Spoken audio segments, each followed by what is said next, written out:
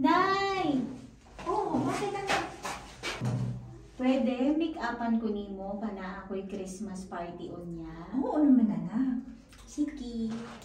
Sige. Medyo wala pong mata na ng nanay mo eh. Tingnan mo na lang pagka okay na ha. Okay, ganda-ganda talaga. Yay! Okay, teka, kunin ko yung cellphone anak. Magbablog tayo. Sige. Tara. Oh, diba? Ang ganda-ganda ng anak. Nay! Yung sa magkibuhat! Pangit kayo ko! Tanawa! Akong lipstick! Kalat-kalat! Na ako'y party atuan! Sesya ka na anak kasi malabo ng mata ni nanay mo. Sa lamin ko, hindi ka na rin maalinaw. Nay! Sana ko ni! Pangit kayo ko! Ayan, matanda na talaga ako. Nakakahiya naman sa anak ko. Hindi ko man lang magawa ng maayos ang paglalagay ng lipstick. Ay, naku. Kung may pera lang sana ako, nakabili na ako ng aking salamin. Tayo na sa iyo, tayo na matingin. Tayo na sa iyo, sila'y eksperto't magagaling. Tayo na sa iyo, inyong mata ay mahalin. Iyo, executive optical, ang practical. Iyo, executive optical, may practical. Tingin tayo ng salamin.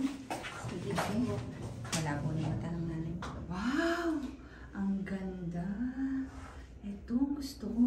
Bagay to sa'yo, inay. Teka nga, sukatin ko nga dito sa salamin. Ay, oo nga. Bagay. Kaya lang, nak. Huwag na. Kasi, 1.5 na. Ayaw ko na. Nay, na ako'y ihatag sa imuha. Surprise na ako sa imuha. Talaga na? Para mapalit nimo imuhang salamin. Wow! Eto!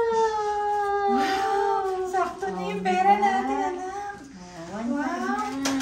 Thank you, anak.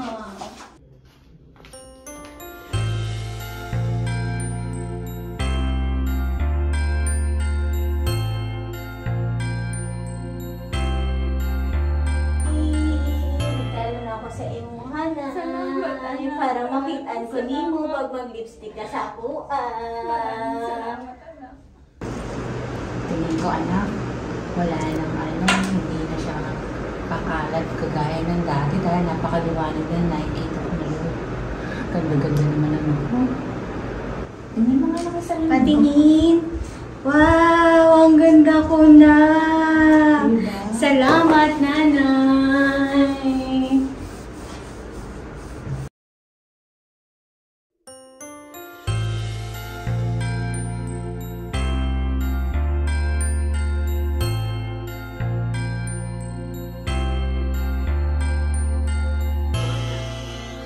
Pasko, magdiriwang ang mundo.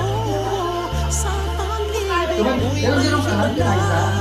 may panibagong simula. Ngayong Pasko. Tadaan!